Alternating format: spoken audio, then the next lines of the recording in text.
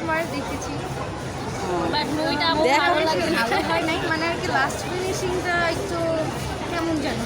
আমার আরশ খান অনেক ফেভারিট ছিল, ওরে বাবা বানাই দিচ্ছে, মানে এটা আমি নিতে পারি না।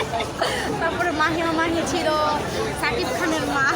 না, ওকে যদি মা না বানে নায়িকা বানাইতো ওটা বেটার হইতো।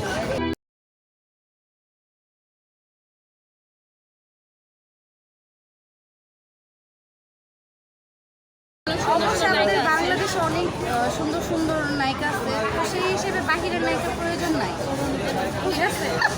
আর বিশেষ করে যারা নাকি বাহিরে, ঠিক আছে, ওদের সাথে বাংলাদেশের তো কোনো ম্যাচ হয় না, চেহারার কোনো মিল নাই, কোনো মায়া থাকে না, মানে বাঙালিদের মুখে যে একটা মায়া, ওইটা তো অন্য কোনো দেশের মানে মেয়েদের মধ্যে নাই।